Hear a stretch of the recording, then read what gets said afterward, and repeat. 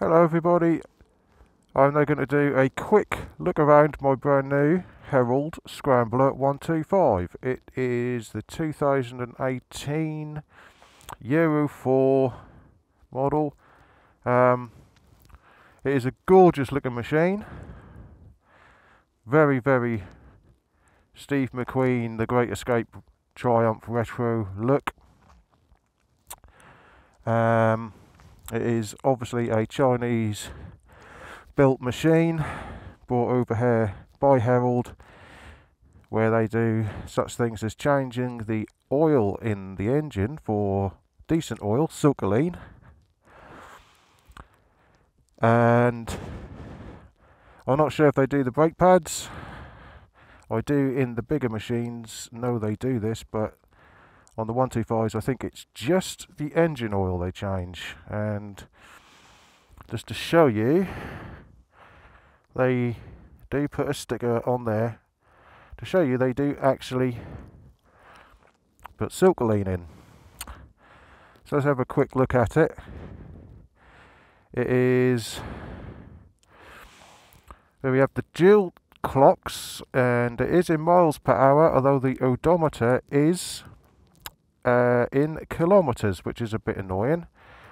It does not have a fuel gauge, but it has a petrol warning light. Being a fuel injected bike, it does not have a reserve tank, so your petrol warning light is basically your reserve switch. It would have been nice to have a trip on it, but it doesn't. It has an engine warning light, but seeing as it is a fuel injected bike, obviously it has an ECU, so it has an engine warning light. It has indicators, left, cancel, and right, and the high beam.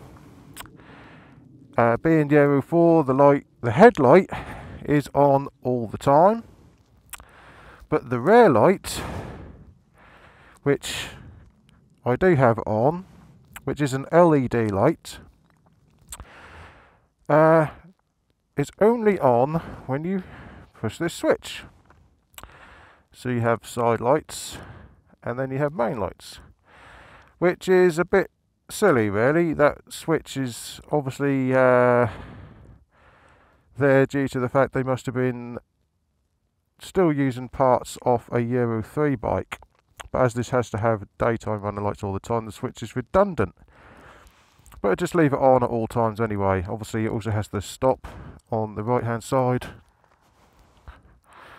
and the high beam, it has the obligatory horn, and it has a passing, and obviously the electric start, which won't work. Well, it'll turn the starter motor, sorry, hang on, but it won't start because the stand is down. This bike will not start with the stand down, which is rather annoying.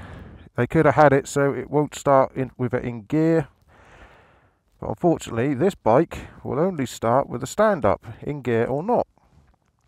That is, for me, rather annoying. I am just this in. Show you there, yes, 70.1 kilometers on the clock. Not due for an oil change until I get to 800, so it has the thick gloopy oil in it. It has standard forks on it with the nice little gaiters. It has LED indicators, as you can see, are rather quite good. What else does it have? It has twin shocks on the rear, obviously being very retro, and it also has, nice touch, a kickstart, which, to be honest, is a little bit hit and miss. On times it does start it, but being fuel injected, it's more geared for starting up on the button without any throttle. So when you're using the kickstart, you need to give it a bit of throttle, as in the good old days. So it's a little bit hit and miss.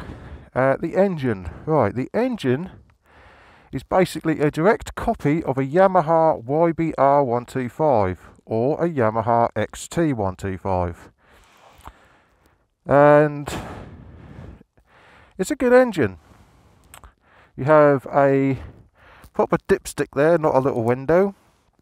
There you have the starter motor, and obviously the HT cap, which I'm going to change for an NGK and change the spark plug. There we have the fuel injector with the throttle, and there we have an ECU, and all down there. It also has the combined braking system. So you put your foot on the rear brake and it will brake the rear brake, but it'll also, as we can see here, will send a there. It will also brake the front brake at the same time. But when you actually use the front brake, it only brakes the front brake. At the minute I do have a slight issue with the front brake, as it's making a hell of a noise. It's screeching like mad. When I pull on the brake, when I pull hard, the screeching stops. I know the reasons why this is. It's simply down to the brake pads reverberating. It's a common thing that happens with motorbikes. It happens with cars as well, but it's simply down to the fact that the brake pads themselves vibrate. It's not because there's something on the discs or anything like that. The fix for this is to take the brake pads out, and on the back of the brake pads put some copper grease or some high temperature grease on there that runs at high temperatures on the back. That makes it sticky and it stops it vibrating, which is something I have to do, which I will do myself once I've worked out how to take these damn calipers off. I can't even see the brake pads, which is the first bike I've had with this sort of braking system on it.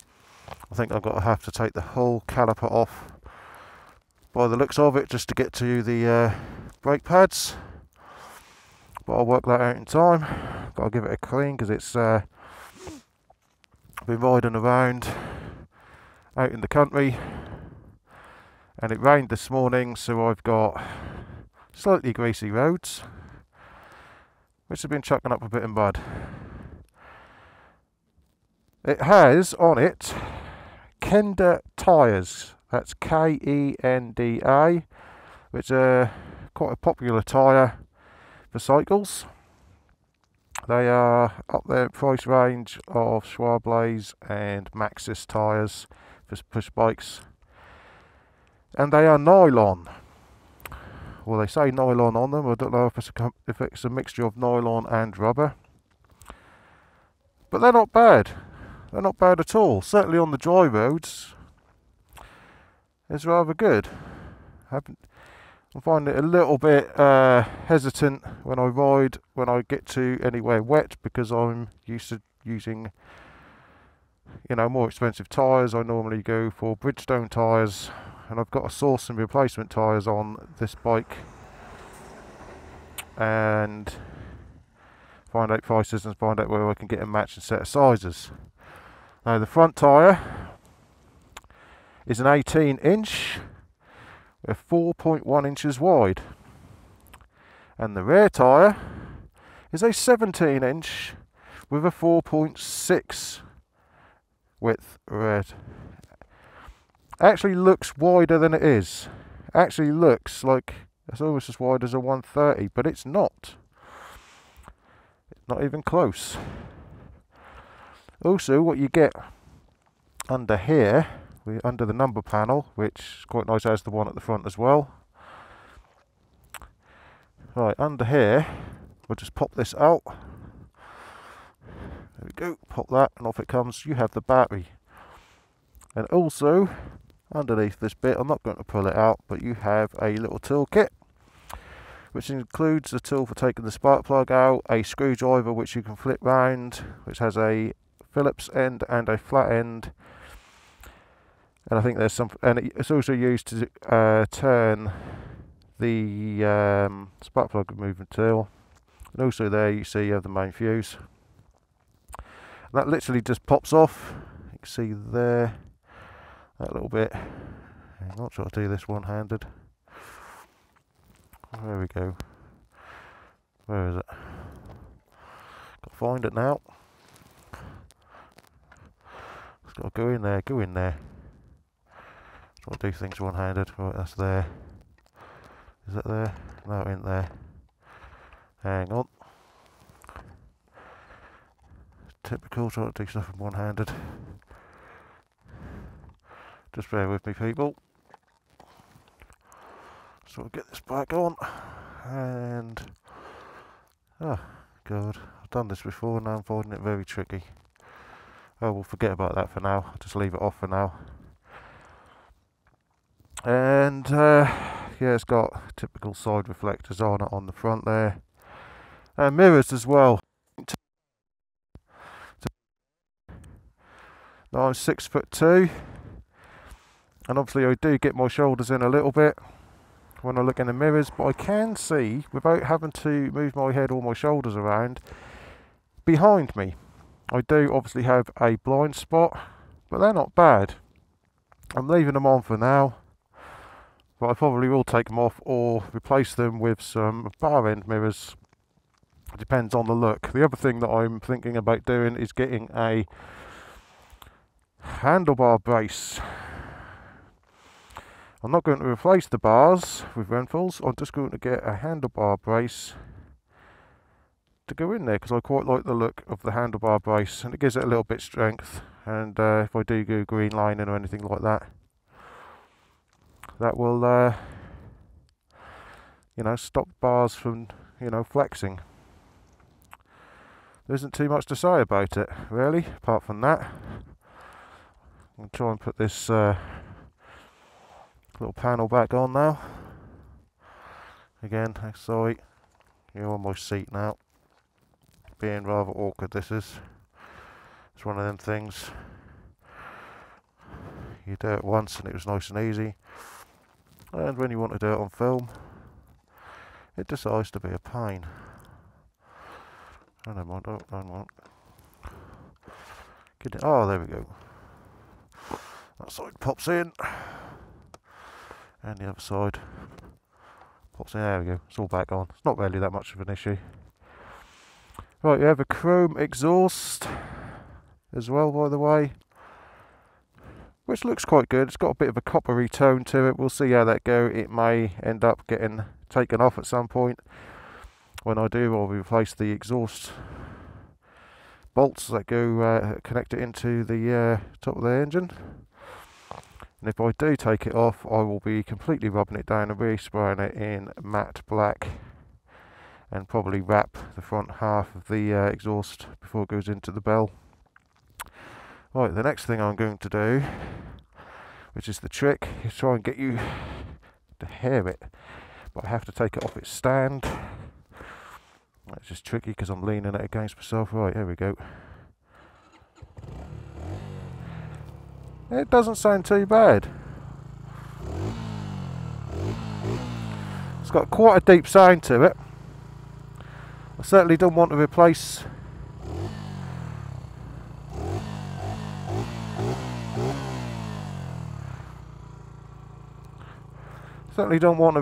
the exhaust. It's got a nice throaty sound. The exhaust suits the bike.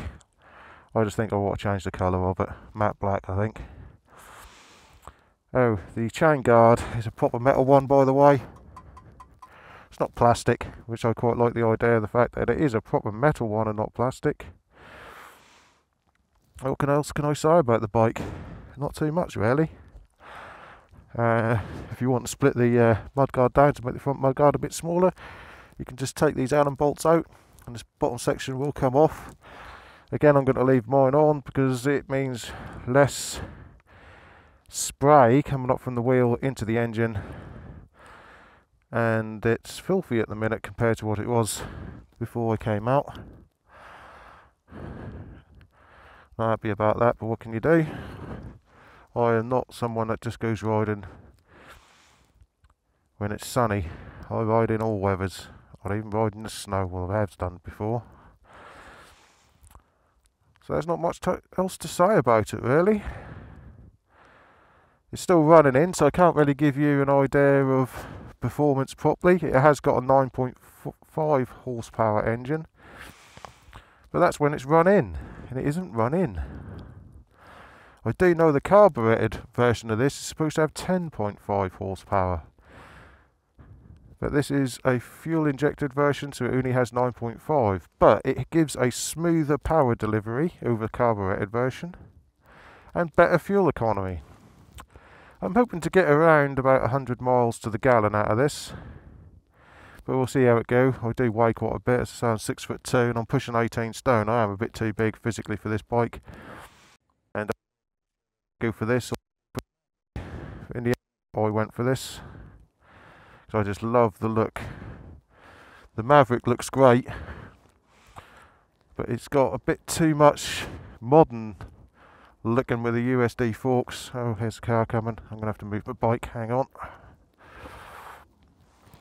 Oh, no, he's not coming in there. He went into the one before it. Never mind.